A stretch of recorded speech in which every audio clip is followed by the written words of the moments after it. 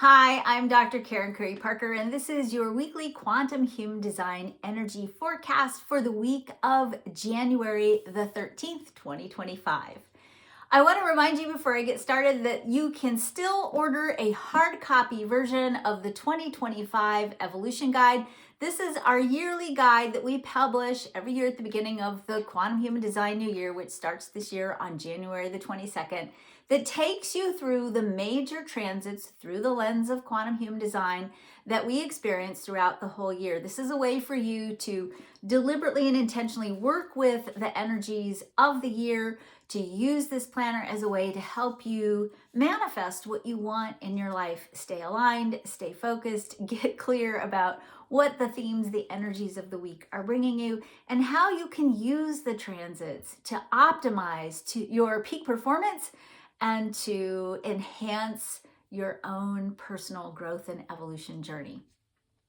The second thing that I just want to remind you of is earlier last week, I did do my annual overview of the energy for the year 2025. If you missed that 90-minute presentation, be sure to visit my YouTube channel. You can find the replay there, and I'll also post the links below. In addition, we have to talk about something important, and this is kind of going to lead into the energy forecast for the week, because this week we're going to be talking a lot about creativity and intentionality and creating the life you were born to live.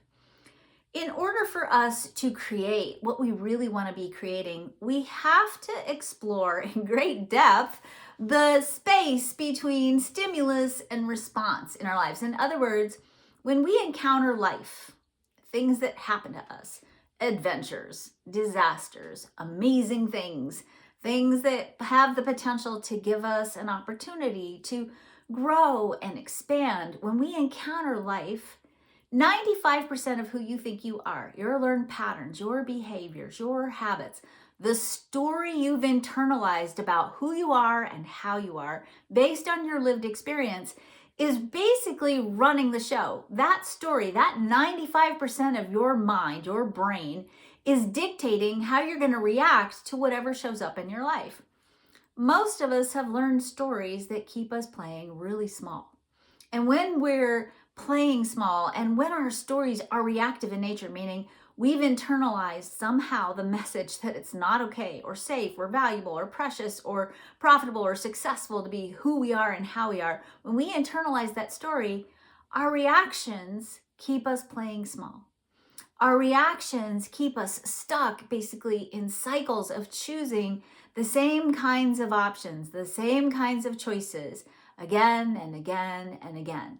If we want to interrupt that cycle of choosing and intentionally take back control over that space between stimulus and response and become sovereign over what we choose, to make intentional conscious choices, we have to start first by rewriting the story we tell about who we are, which means we got to relearn how we use our mind. Most of us are using our mind from that old, in a way that causes us to live out patterns built in that old story.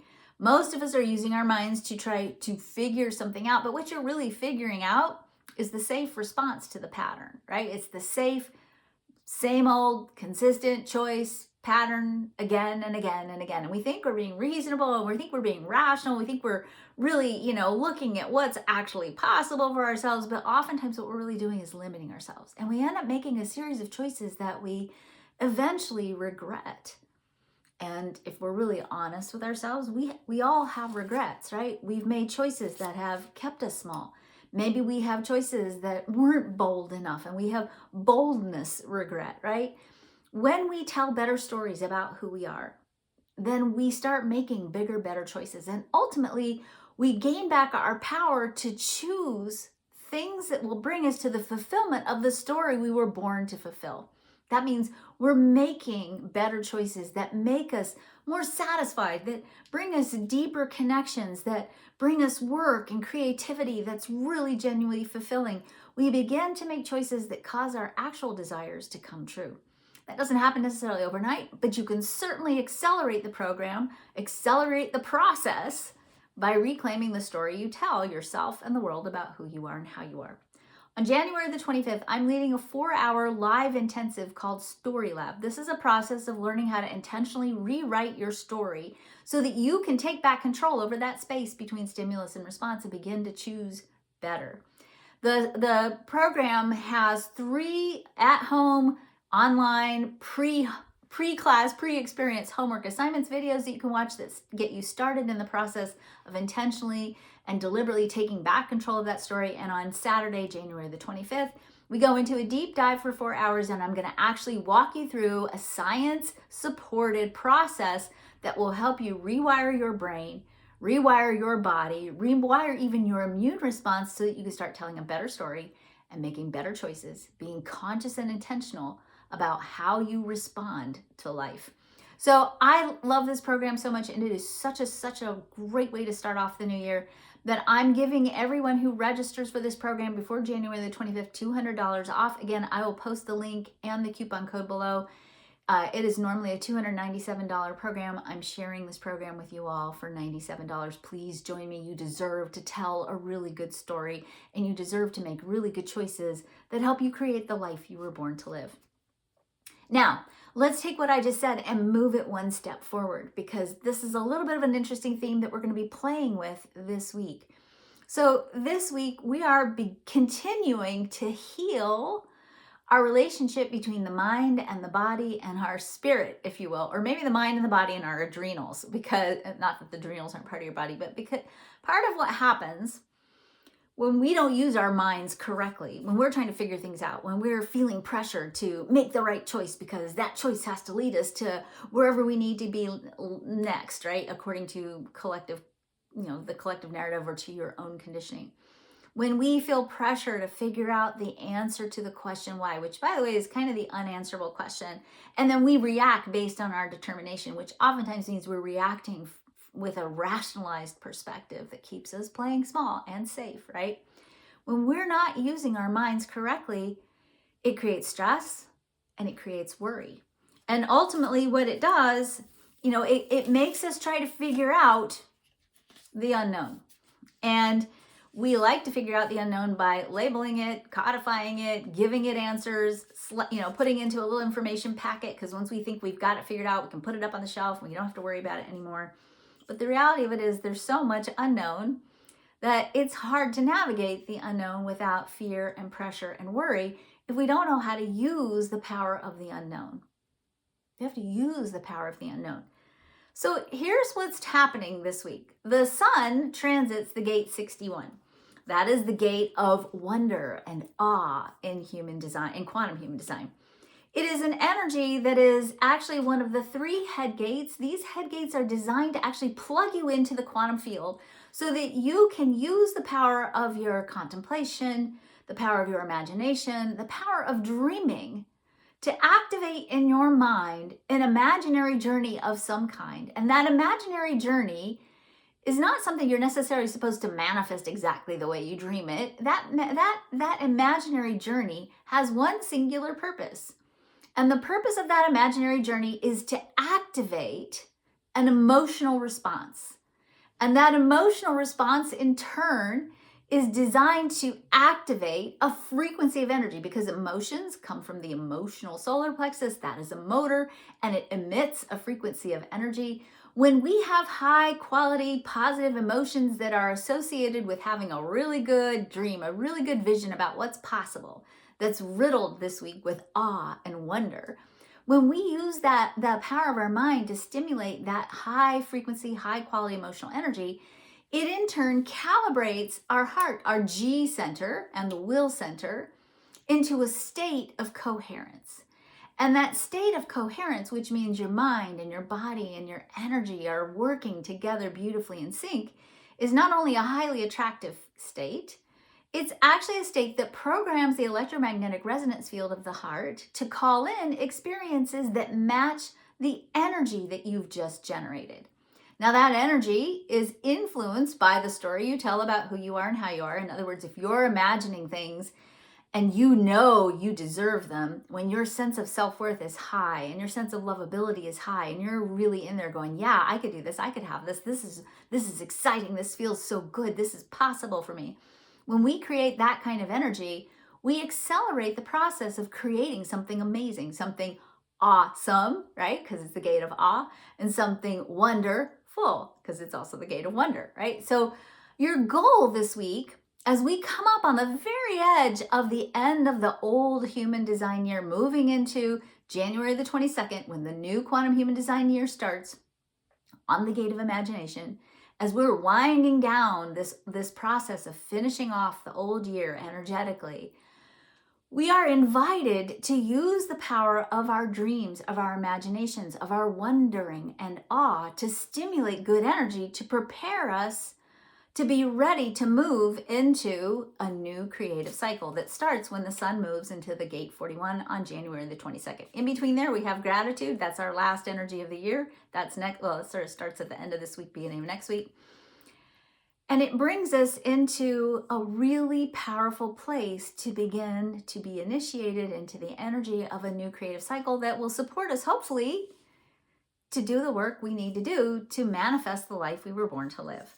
Now, the Earth this week grounds us in the gate 62, and on Monday, we also have a full moon lighting up that gate 62. Now, the gate 62 is an interesting gate because it is a gate of preparation. It's in the logical circuit. So if we think about what this represents archetypically through the lens of logic, logic mirrors the scientific methodology. So in the scientific method, once you form a hypothesis, right, once you have an idea that you want to test, then you have to gather your equipment, right? You've got to set up your lab. You've got to verify and validate that all the testing systems you're using actually make sense. You got to do the math. You got to get a grant in some cases, right? That 62 energy is that preparation energy for getting ready to do the experiment. It is the energy of being prepared, as in quantum human design we call it, the gate of preparation. But if we feel like what we're preparing for is out of our control and it's too big or it's overwhelming, and this is the shadow side of dreaming too big sometimes and thinking you have to figure out the dream. You don't have to figure out the dream. You have to program your body. The rest of the world will create the dream around you and you get to be in it, but you don't have to figure out every element of the dream. But that gate 62 is going to give you anxiety and worry if you think it's all up to you to figure it out and to get it right, right? And don't forget, logic is about experimenting, which means you're never going to always get it right. You're going to be looking for patterns, not getting it right. There's no getting it right in logic. There's just patterns. So what happens is, if the sun is highlighting the 61 energy, our goal this week is to really use the power of our imagination to engage with the world with a sense of awe and wonder. And when we do that, we have the ability to combat the unknown by using the power of our imagination to dream up new possibilities and new options, right?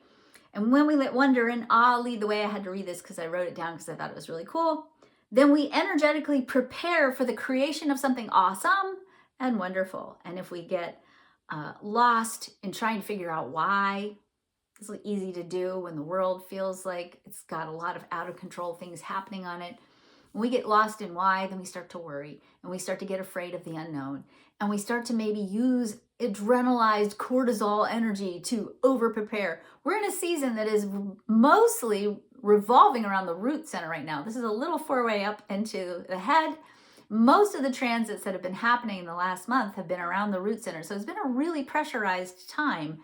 And it always happens this time of year. There's always a lot of pressure this time of year. And it's that new year. Got to get it right. Got to change our habits. No, that's not what this time is about. This time is about getting prepared, setting the stage, being ready for a new creative cycle. And what the planets are inviting us to do this week, with the sun and the earth especially, and the moon, they're asking us, where is your curiosity? Where is your wonder? Where is your awe? What are your dreams? Are you dedicating your time to your dreams? Are you letting your dreams, be a consistent part of your daily practice? Are you giving yourself permission to dream wildly about what else is possible for your life every single day and using that to generate emotional frequencies and to trust that the preparation you need to do is to dream? That's actually the readiness that you need to do to be prepared for what's next. Let yourself dream, set the stage, use your imagination, create the emotional frequencies, do that with a practice, do it every day as a practice, and then see what shows up. and then follow your inner wisdom, your strategy, your authority according to human design, and that inner sense of right and wrong that you practice with your strategy and authority, so that eventually when you create the force field of energy, you build a quantum field of information energetically and cognitively. When you build that field of information and you keep that energy aligned, the next right step will show up and you can respond to it, or you can be invited into it, or you can have internal alignment for it, or you can wait out your lunar wave to step into what feels whether it feels right or not.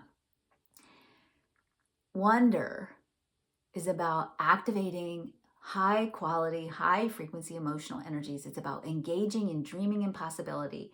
It's about taking a bigger step back and looking at the big picture of what's unfolded in your life for you and deciding that you don't have to let old stories of playing small hold you back from fulfilling what's possible for you. And the preparation you have to do, and the moon is teaching us what needs to get healed, released, aligned, brought to awareness under this full moon, what has to get moved out of the way so that you can give yourself the gift of a weekly, daily, monthly, hourly, minutely practice of using the power of your imagination to create what you really want in your life.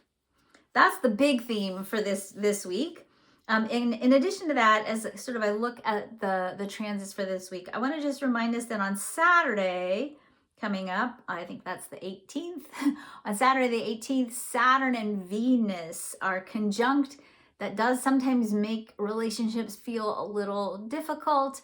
I just want to remind you that even difficult relationship situations can be cured, if you will, by asking the question, how can I stay in a state of wonder and awe around this? What is the lesson in this experience that's for my greater good, that's going to help me expand upon the vision that I hold for myself so that I can create what I really want and deserve in my life? I think that's about it I've got for you. I do want to lovingly and gently remind you that Saturn still transits the gate 63. That can be the gate of doubt and suspicion. It's also a head gate. It's also a gate of exploring what are the other options to the scenario. Again, using the power of your imagination. Again, we are preparing for a new creative cycle.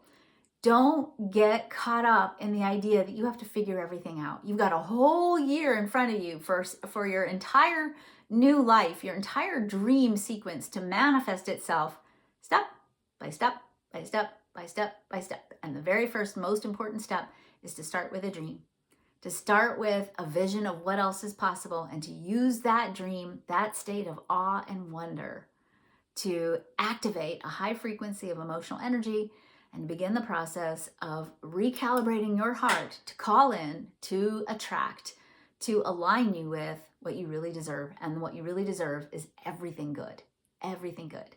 That's it. That's what I got for you this week. Have a great week. I'll talk to you next week.